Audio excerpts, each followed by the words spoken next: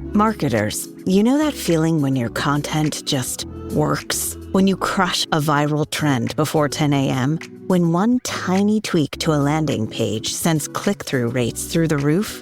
That's Contentful. Dynamic content made blissfully simple. Contentful helps you create and launch personalized experiences instantly across any digital channel.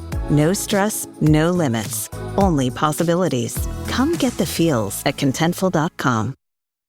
This is the way it feels to move through summer in Lululemon. Iconic Align softness without the front seam. For our smoothest look and feel ever, summer won't know what hit it. Stretch your limits in the non-stop flexibility of the new Lululemon Align No-Line Pant in select stores and at Lululemon.com.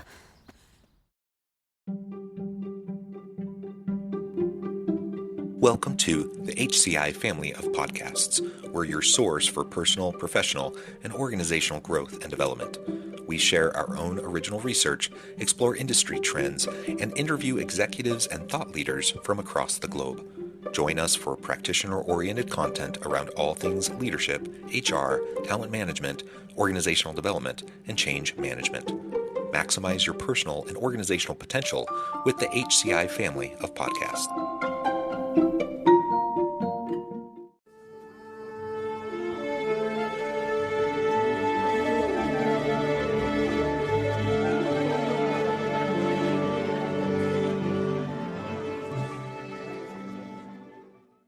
Teri Beckman, welcome to the conversation today. Thank you, John. It's great to be here. It is a pleasure to be with you. You're joining us from North Carolina. I'm south of Salt Lake City in Utah. And today we're going to be talking about reconciling the CEO's capacity dilemma. I'm super excited about unpacking that with you and exploring what this means, both in a traditional corporate setting, but also within the nonprofit sector. And as we get started, I wanted to share Teri's bio with everybody. Teri Beckman and her experienced team at Heigl help mission-driven leaders increase revenue and community impact by an average of 50% within 12 months of working together. Teri has worked in business and organizational development for over 30 years, including 5 years as an executive director. She understands leadership challenges and has been a strategic advisor and consultant to executive directors and CEOs throughout the United States as they grew their organizations, teams, and boards of directors. And that's just a snapshot of Teri and all the cool things you do, Teri. But anything else you would like to highlight by way of your background or personal context before we dive on further? Well, I would say the other thing that is a thread through a lot of my work is my background in Buddhist psychology, and that frames a lot of the work that we do. I've found over the years that Eastern philosophy and in particular Buddhism has an incredible understanding of the mind. And we in the West are kind of catching up to that now, which is very cool. And it's just really cool too to see how like the latest in neuroscience aligns exactly with, teachings that are 2,000 years old. So yeah, I would just say, yeah, go figure. Anyway, just to share that kind of tidbit as well. But thank you for the kind introduction, John. Yeah, no, I appreciate that. And I appreciate you framing it with your Buddhist influences and background. And while I'm not Buddhist, I've been heavily influenced by Buddhist philosophies as well. I've spent an extended period of time in many Asian countries and kind of consider myself, while not a practicing Buddhist, certainly kind of a novice, someone who dabbles in Buddhist philosophy. And I think, like you say, it brings a lot of really great insights into how we're trying to deal with the complexities of the world around us today. Yeah, thank you. Absolutely. Well, let's start by talking about this CEO capacity dilemma. Can you explain what you mean by that? Sure. What we've seen in the market in the last few years, I think certainly coming out of COVID, is this interesting phenomenon where many leaders are having trouble hiring, right? Mm-hmm. And, there's the phenomenon of quiet quitting that kind of contributes to folks not being able to run companies as productively as they would like, but also having open positions that are, difficult to fill, and turnover rates that people have been very unhappy with. It seems to be stabilizing some, I think, with incomes, with, basically salaries increasing in the last year or so. We're seeing a little bit less vacancies, which is really great. But I know in certain areas, especially with frontline workers, it's still really, really a challenge to fill those positions in certain industries. And the turnover rate still continues to be higher than folks would like. And so we have that going on, right, which you would call probably undercapacity, folks operating at undercapacity. And then you have the workforce that is there and engaged, and many of them feeling like they're really at overcapacity, right? And they're linked. And we see that in data where people are talking about, very high percentages of folks that quit are referencing burnout, and just looking for something else, looking for more work-life balance. So it's this sort of interesting contradiction of living with both overcapacity and undercapacity at the same time within organizations. Yeah, the over under element and the burnout piece, I think it's really important to highlight really the challenges that we're facing within organizations. And oftentimes we do talk about the burnout that general kind of line level people are experiencing, even middle managers, et cetera. And sometimes we don't talk about the overall impact that's having on executive leadership roles, because just as I can experience burnout in my day to day, so can they. And hopefully, hopefully I have a team lead who has emotional intelligence and empathy, and they can see me for where I'm at and try to be supportive of me. But do they always have that person that they report to that also provides that kind of support? And I think often not. And so there's this heavy burden from a burnout perspective that's placed on leaders. I like to give people the benefit of the doubt and assume that people have the best of intentions. And yet a lot of times leaders who I think have good intentions simply don't have the capacity to do what's expected in this new age of leadership. Maybe they don't have the bandwidth, certainly, but also the skill sets needed that are different today to be an effective leader versus, maybe how someone could have been successful 20 years ago. So, I think all of this kind of feeds into what you're talking about. Yeah, absolutely. I think organizations are just infinitely more complex in this new age. And we talk often about the, kind of the pyramid where, the CEO is at the top and has the vision and kind of is able to just tell people what to do if they want to keep their jobs and do it, right? It just doesn't work very well anymore I think in a culture where we're highly interconnected, intergenerational, lots of ways to make money on the side, right? Or even full time. Just people have so many more options. That model is from kind of the industrial age. It's just not meant really for today's workforce. But then it leaves open this question of how do we develop like truly collaborative leadership models where people's voices can be heard in a way that's productive and unleashes the best in everyone. And it's it requires an entirely different set of skills for sure. You've touched on this already, but what do you see this contradiction costing, this undercapacity, operating under capacity and employees operating over capacity? What is this really costing businesses in practical terms? Both, I suppose, both from the business perspective, kind of the bottom line, but also the human perspective. Yeah, that's a great question, Jonathan. I would say it's very expensive, honestly. We work a lot with mission-driven organizations, and for example, we've had clients where they simply couldn't hire enough early childhood development teachers, right? And so whole classrooms then, I mean, there's a teacher-student ratio. If you can't hire the teachers, there's not enough adults in the room, you can't have the classroom, essentially. So like things just, and that's a huge revenue loss for the organization, right? Like they actually have the funding to be able to have multiple classrooms, and they literally can't do it because they don't have the workers in place. So I mean, for organizations like that, it's a real bottom line thing. There's a real loss of productivity and revenue that happens because of that. And I think then on the human side, just the cost of burnout is really high. And it's, stress is, we know is very connected to both our mental and physical health.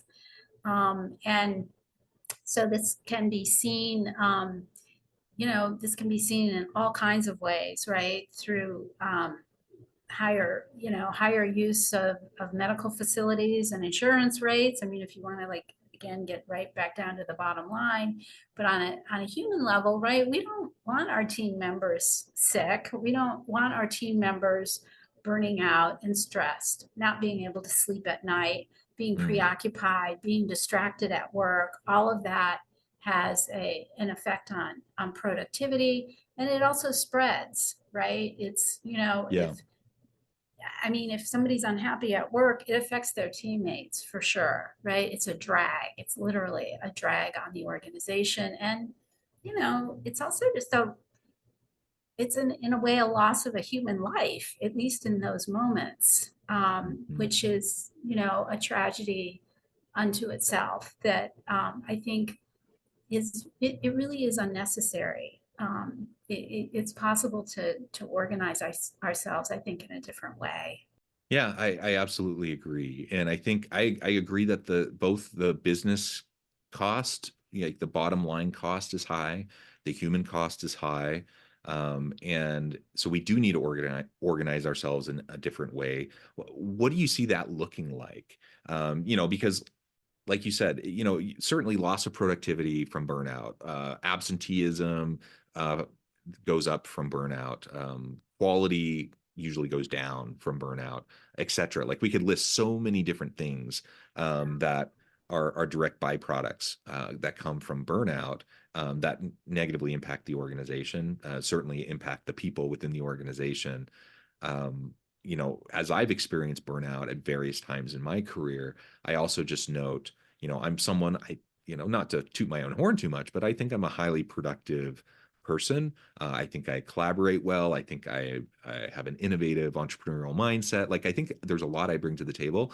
And Yeah. once I hit that burnout stage, guess what? I'm dialing down big time because what's the point anymore? Like I'm kind of fed up. I'm frustrated.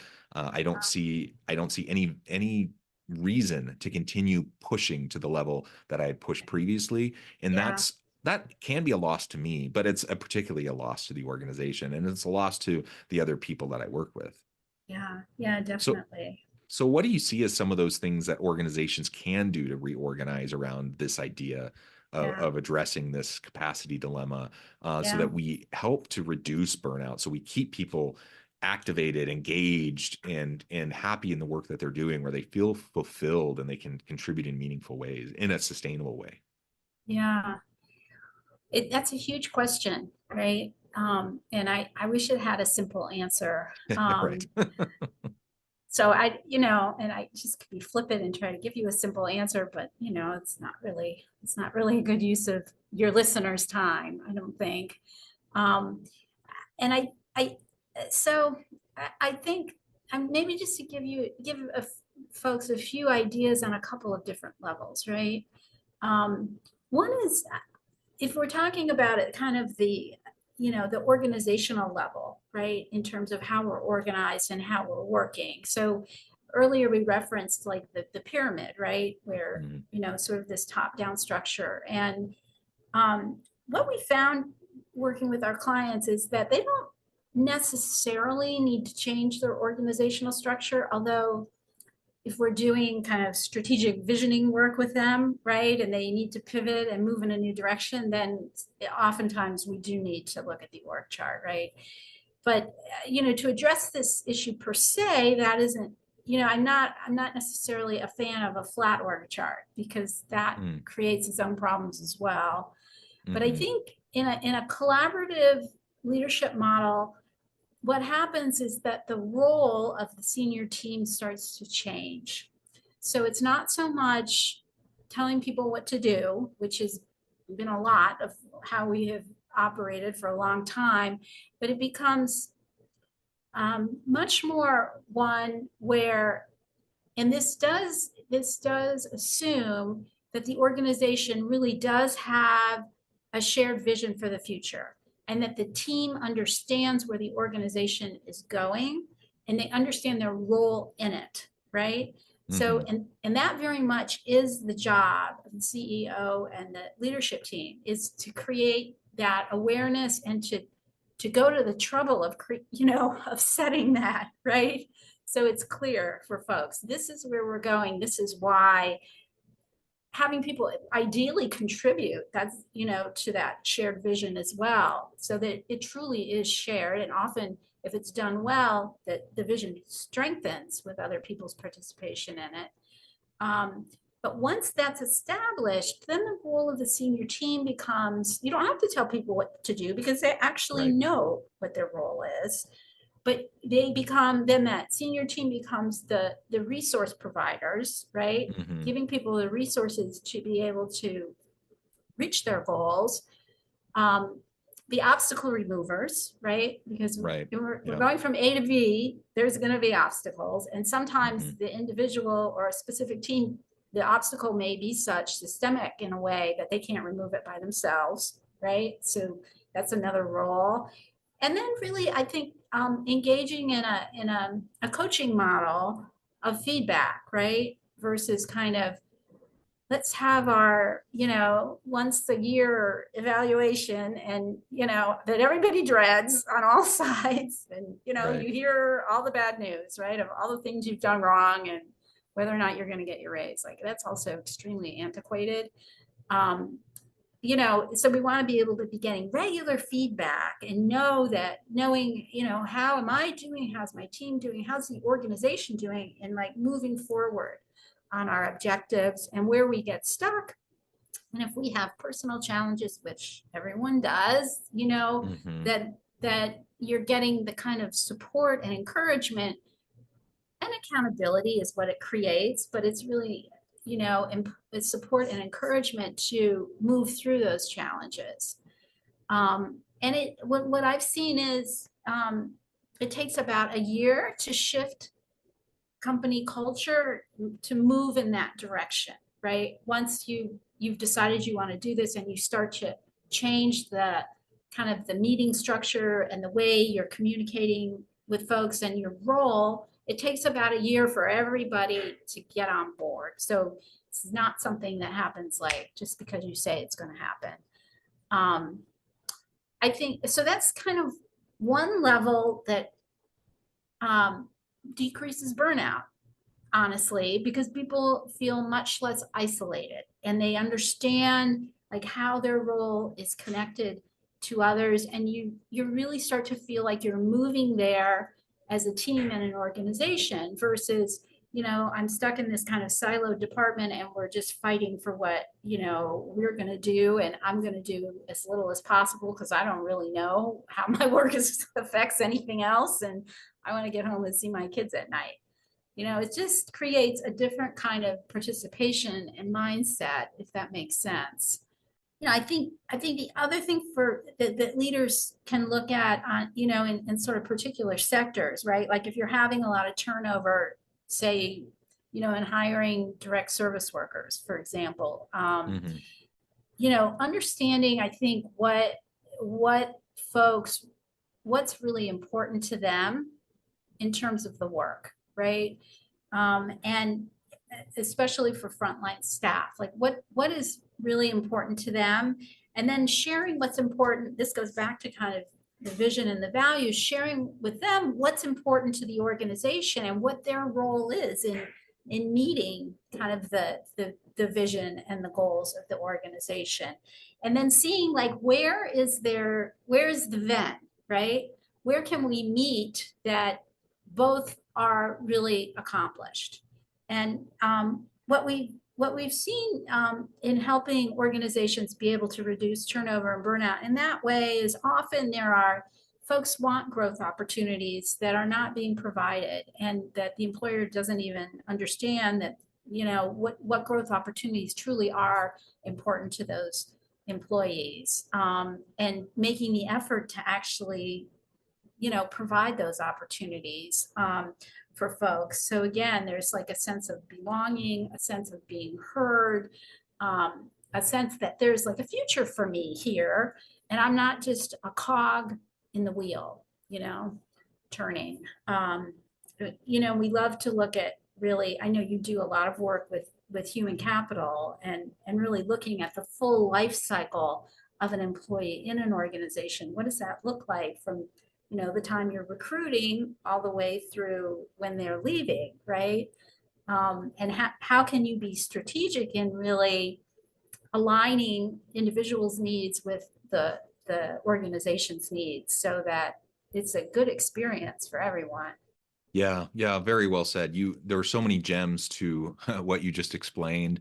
Bottom line here is that we absolutely need to make sure that we're always focusing on not only the sustainability of our organization, that's important. If we don't have funding streams, if we don't have revenue, we won't continue to exist and we won't continue to operate. So we need to pay attention to the business case and the bottom line.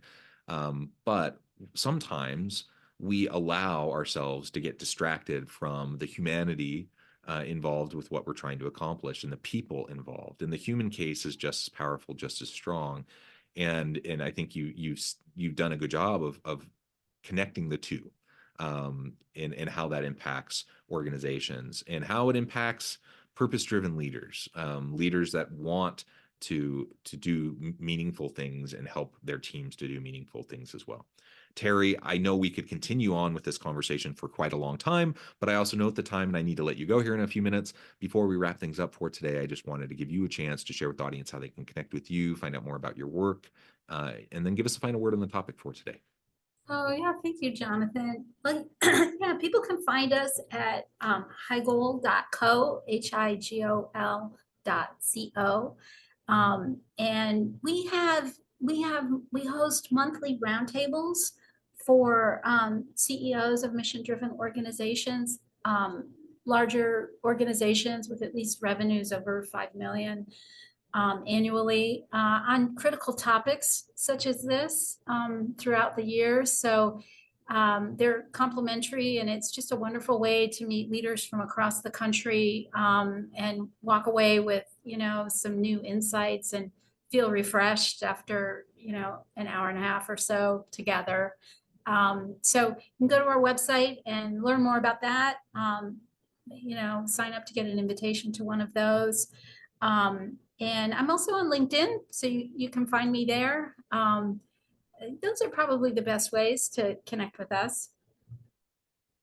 Wonderful. Thank you so much, Teri. It's been a real pleasure. I encourage the audience to reach out, get connected, find out more about what Teri and our team can do for you. And as always, I hope everyone can stay healthy and safe, that you can find meaning and purpose at work each and every day. And I hope you all have a great week.